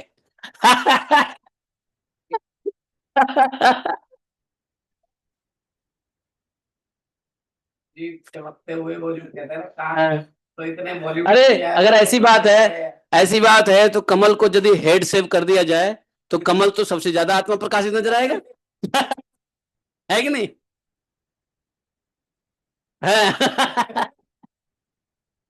तो उन महाराज से ज्यादा चमकता हुआ नजर आएगा, है कि नहीं? हाँ, नहीं अगर आपको नहीं समझ में आता है तो आप फोटो दो, मैं कंप्यूटर में आपका सारा बाल वाल उड़ा दूंगा और देखो कैसे चमक जाएगा। बालगिरी महाराज। हाँ, फिर बालगिरी, हाँ बालगिरी महाराज। तो ऐसे ऐसे इंटरव्यू चलते रहते हैं, और सबसे आनंद लगता है दुनिया में, सबसे ज्यादा मैं ही आनंद लेता हूँ इन सब चीजों का। भागवतम का जो आनंद आप लेते हो ना, बहुत आनंद, इतना आनंद से मैं तो सोच रही हूँ कि एटलीस्ट महीने में यहाँ के लाइव सुननी चाहिए। तो बस बहुत आज very आज smart. कमल और कमल जी की माता जी दोनों यहाँ आई है। वो स्नेहा प्रभा माता जी और कमल जी दोनों यहाँ आए हैं। तो समझे क्या आप? तो अभी जो है मैंने ये सब चलता रहता है नौटंकी, आनंद आता है। तो अब टेलीविजन एंकर को क्या है, क्या कुछ पता होता है? इतने बेवकूफ तो टेलीविजन एंकर होते हैं, है कि नहीं? कोई ज्ञान होता नहीं है। आज किसी को बिठा देगा, और साधु लोग भी सोचते हैं टेलीविजन एंकर के पास जाने से हमारा फायदा होगा। उनको ये पता नहीं है कि टेलीविजन एंकर में आने से उनका महा नुकसान होगा। Because it goes to the आपको पता है प्रेमानंद बाबा किसी मीडिया को अलाउ नहीं करते। कोई भी मीडिया एंटर नहीं करता, सिर्फ उनकी अपनी यूट्यूब मीडिया होती है, अपने चेले चपाटे, किसी मीडिया को एंटरटेन नहीं करते हैं। कोई भी मीडिया आए और कहे कि बाबा आपका हम इंटरव्यू लेंगे, गेट आउट। समझे? होना भी नहीं चाहिए। हमारे इस्कॉन के साधुओं को कोई इंटरव्यू ले ले, गेट आउट, कोई नहीं करेगा। इस मामले में हमारे इस्कॉन के साधु ही बढ़िया हैं। लेकिन जिनको पॉपुलैरिटी चाहिए, टीआरपी चाहिए, जिनको फेमस होना है ना, तो वो लोग करते हैं, है ना। उनको ये पता नहीं है कि ये लोग गिरा रहे हैं। कल हम लोग देख रहे थे उसका थोड़ा सा क्लिप आया था, किसका था? अनिरुद्धाचार्य जी का। अनिरुद्धाचार्य जी जो है ना, एंकर बात कर रहे हैं उधर से, अनिरुद्धाचार्य जी के सामने में एक बच्ची कहती है कि आप अपने फालतू ज्ञान अपने पॉकेट में रखो।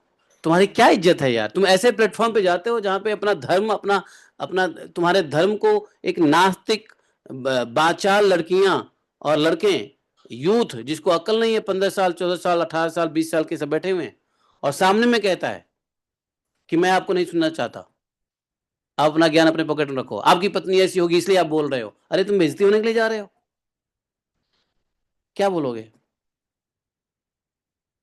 और दूसरे ही रील में, हाँ हाँ हाँ हाँ हाँ। आपने, अच्छा आपने वही देखा जो हमने देखा? फिर से बोला ना उस चीज को, तो उसको तो चपेटे पड़ने चाहिए। हाँ, वो भी बोला है। दूसरी चीज, जो जो जिस प्लेटफॉर्म पे जा रहा है उसी उसने भी गलती किया तो उसको गलती मिला ना। वहां प्लेटफॉर्म पे जाके उसको भी बच्चों ने उल्टा बोल दिया, है कि नहीं? है ना। और मैं दूसरे ही एक इंटरव्यू में देखा, यही बाबा पहुंच गए प्रेमानंद बाबा के पास, ये अनिरुद्धाचार्य जी, और बाबा ने उनकी आधे घंटे ऐसे क्लास लगाई, है कि नहीं? देखो कोई तुम्हारा नहीं है, सब तुमको गिरा देंगे, ये कर देंगे, वो कर देंगे। उन्होंने, हाँ अगर तुम ऐसे चलोगे तो तुम्हारा बहुत नुकसान होने वाला है। हाँ।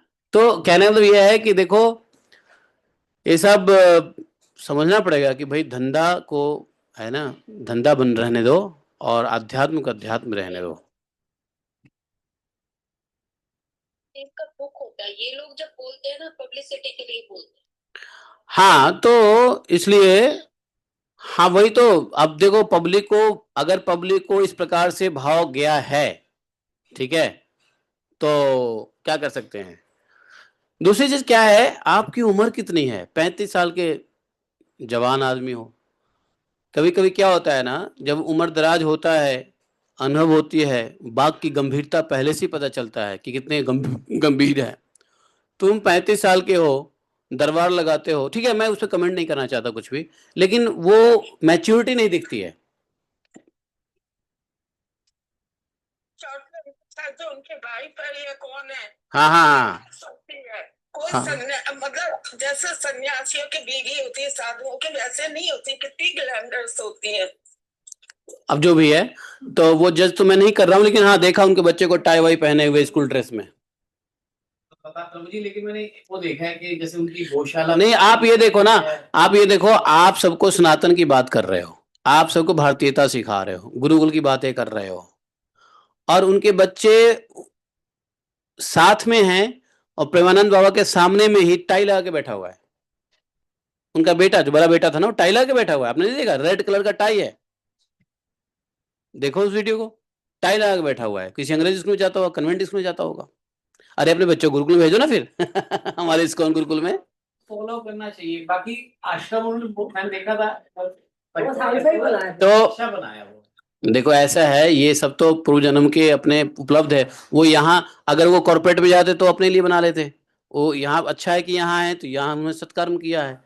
लेकिन कहना तात्पर्य यह है कि 35 साल की उम्र है, थोड़ी वाणी में गंभीरता आनी चाहिए, सब कुछ होना चाहिए। कभी कभी क्या होता है, आपके संचित शक्ति होते हैं ना, वो आप उसको उसका यूज कर लेते हो। जैसे आपको डायनामाइट दिया गया, उसको आप जल्दी उड़ा दो, क्या फायदा है कि नहीं? उसको समय पे उड़ाओ ना, शक्ति का प्रयोग समय पे करो। जी, बाहर है वो तो मीडिया जो आप देखोगे ना वो तो नष्ट मीडिया में आना ही बेकार है।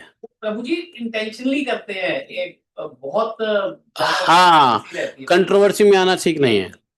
धर्मी टाइप के ही वो मीडिया में बैठ के जानबूझ के उन्होंने वो कॉल किया किसी आपको उसको बहुत ही गंदे तरीके से बोला उन्होंने। वो फोन पे बात किया, वो आए भी नहीं। जो ये कुछ हरिद्वार में एपिसोड हुआ था हाँ कि उन्होंने पता लगा लिया था कि ये हाँ, जो है हिंदू नहीं है और हिंदू नाम से चला रहे हैं, उन्हीं को किया था। अभी देखो कुछ दिन पहले, आज से 1.5 साल 2 साल पहले, एबीपी एबीपी या आप एबीपी न्यूज है। एबीपी न्यूज एबीपी ऐसे ही है।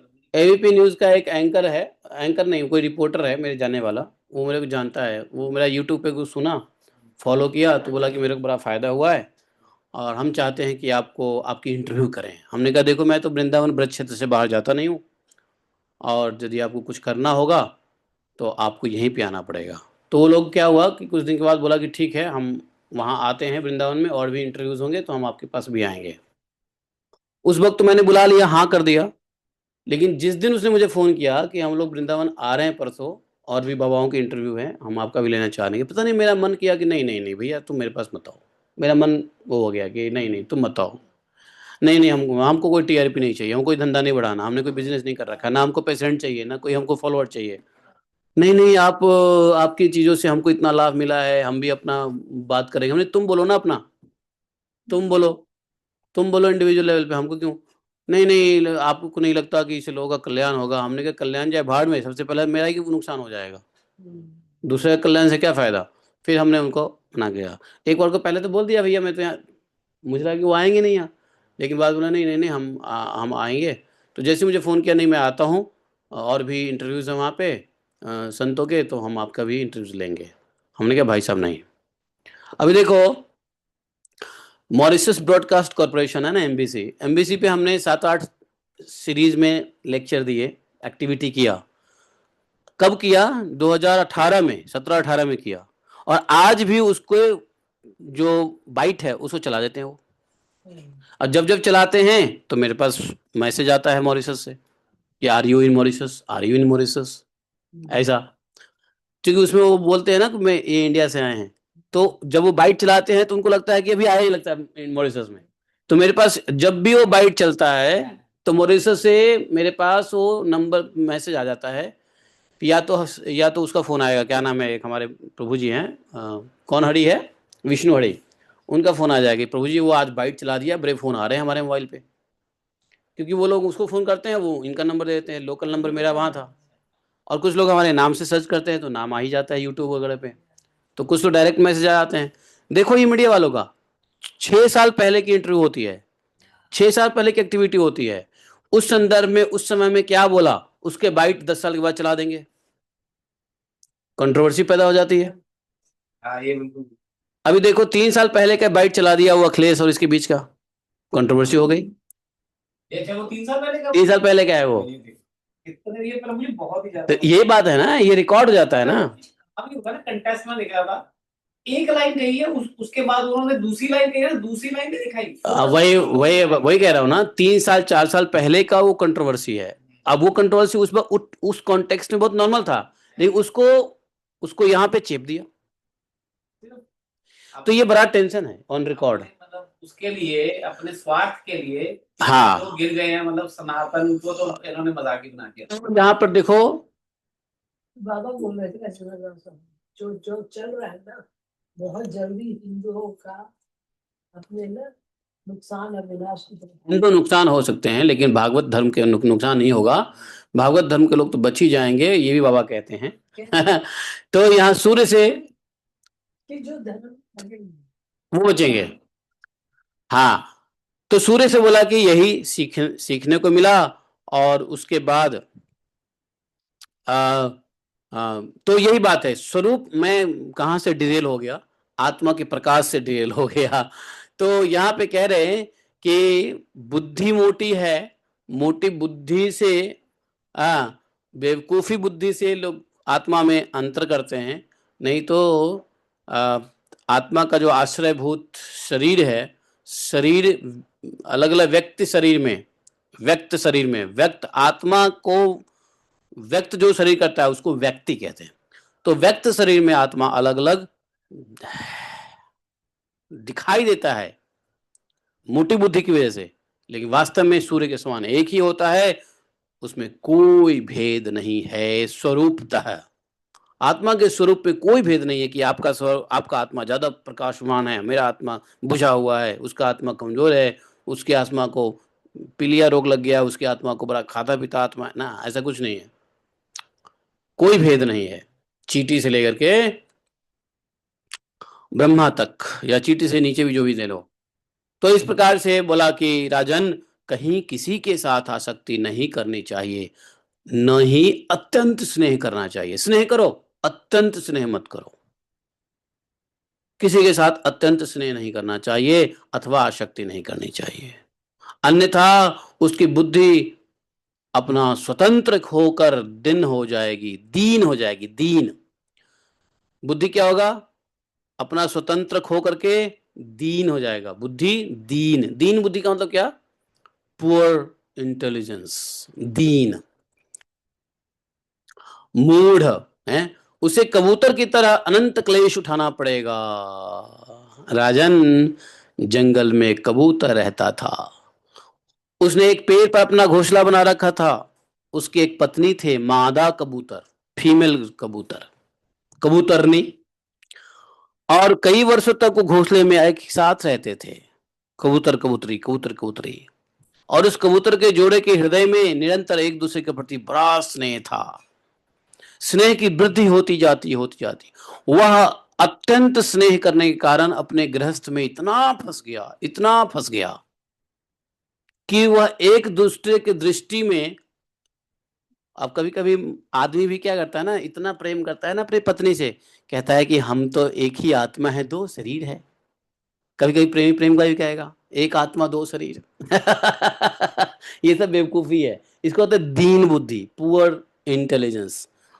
तो उसने कहा कि अत्यंत अत्यंत स्नेह तो भैया इस संसार में किसी से मत करो, चाहे पत्नी हो, चाहे गर्लफ्रेंड हो, बॉयफ्रेंड हो, नाना हो, नाती हो, सास हो, ससुर हो, कहीं भी मत करो अत्यंत स्नेह। अपने बॉस के साथ भी अत्यंत स्नेह मत करो। पिता पुत्र माँ कोई भी नहीं, माता से भी नहीं स्नेह ज्यादा होना चाहिए। अत्यंत स्नेह कोई जरूरत नहीं है। स्नेह करना है तो परम पिता से, परम माता से, बस स्नेह करो बस। और स्नेह क्या है, व्हाट इज स्नेह?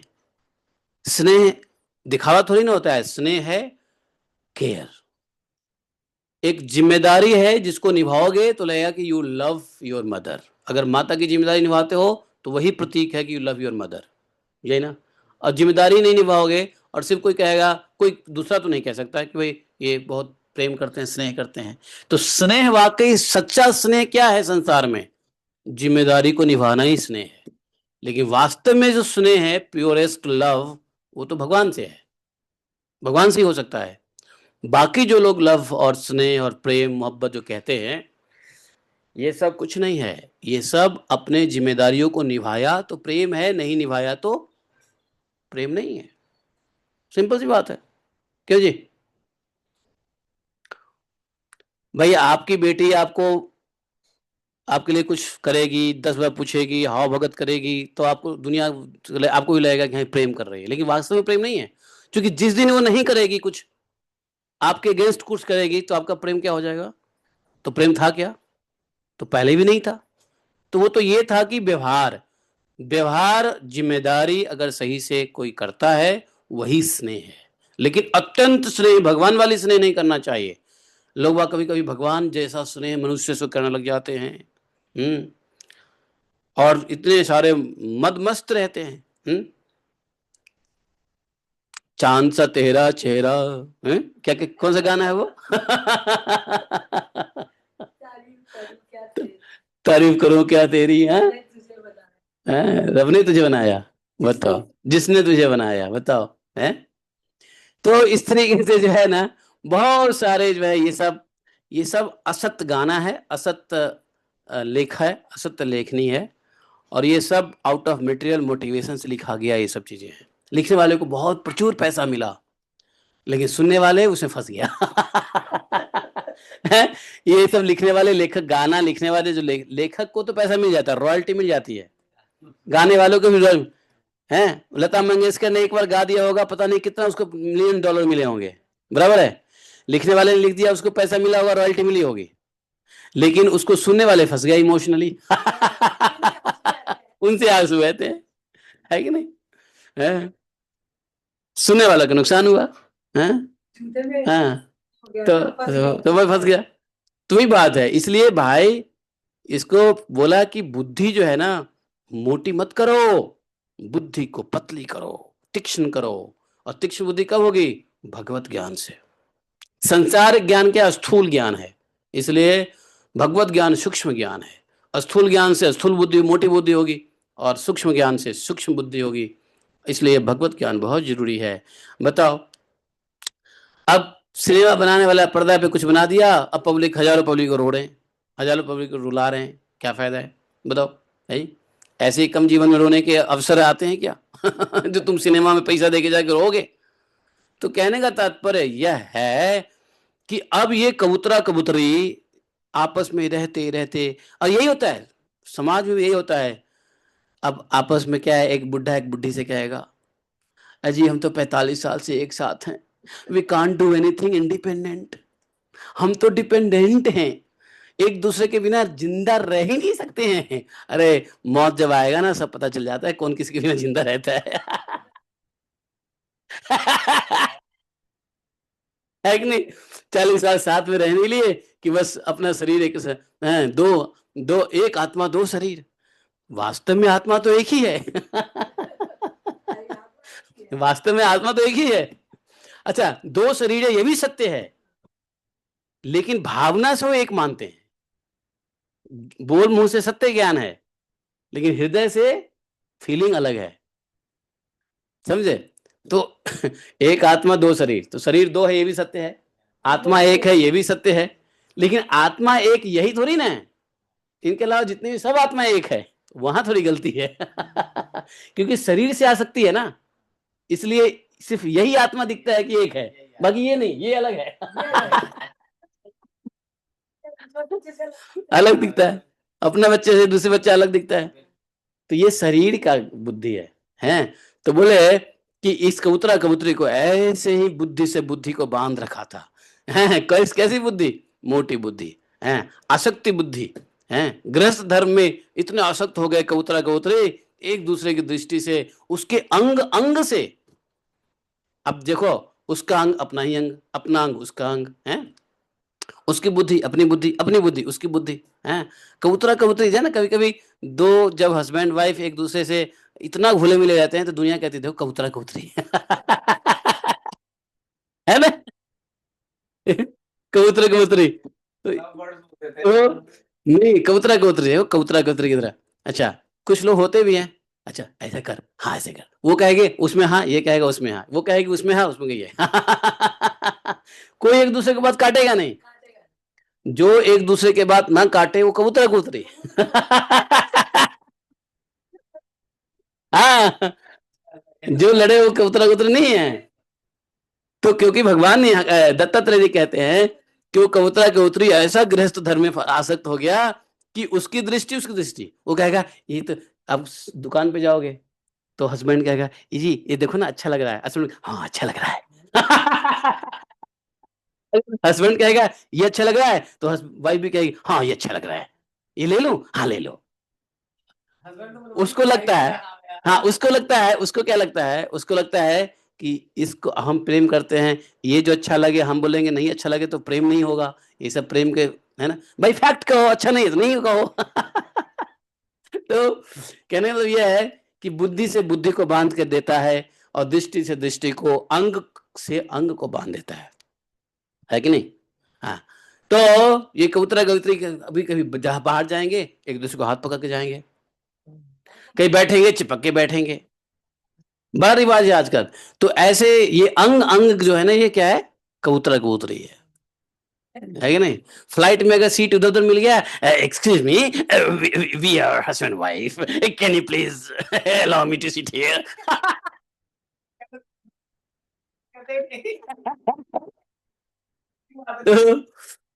तो बेचारा जो है ना, तो ये कबूतरा कबूतरी का हिसाब हो जाता है।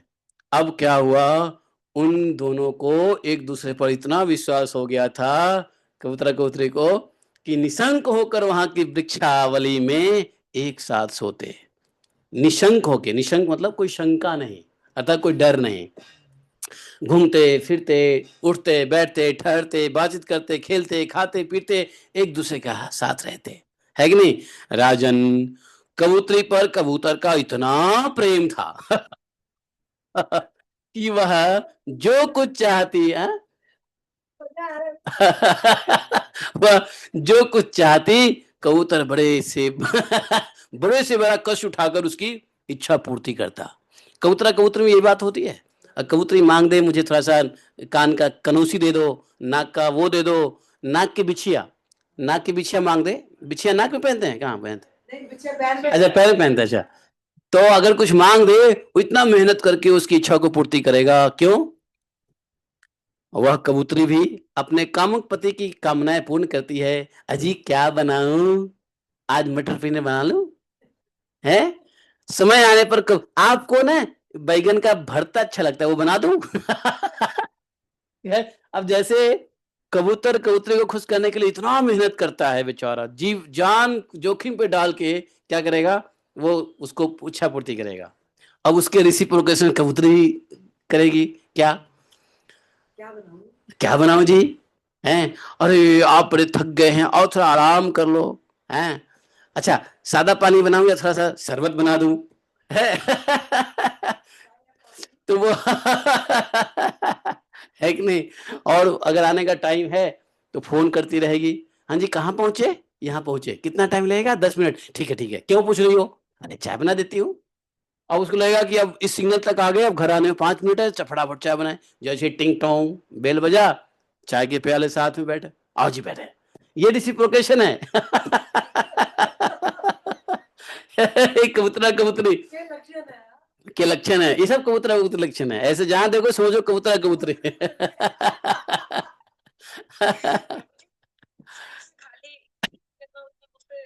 मतलब बात करनी छोड़ दी, वो 7 जन्म करके बोल रही थी, नई शादी हुई थी उसकी। हाँ तो 7 जन्म हम तो साथ में रहेंगे, ऐसा ऐसा। तो मैंने कहा कुछ 7 जन्म नहीं होता है। हाँ, उस पे उसने थोड़ी बहस करी, फिर उसने कहा रहने दो, हमारे पति पत्नी के बीच में लड़ाई करवा दोगी।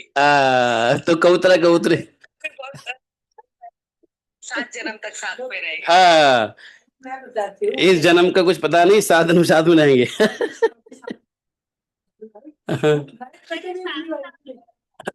एक बार फिर से कितने साल बाद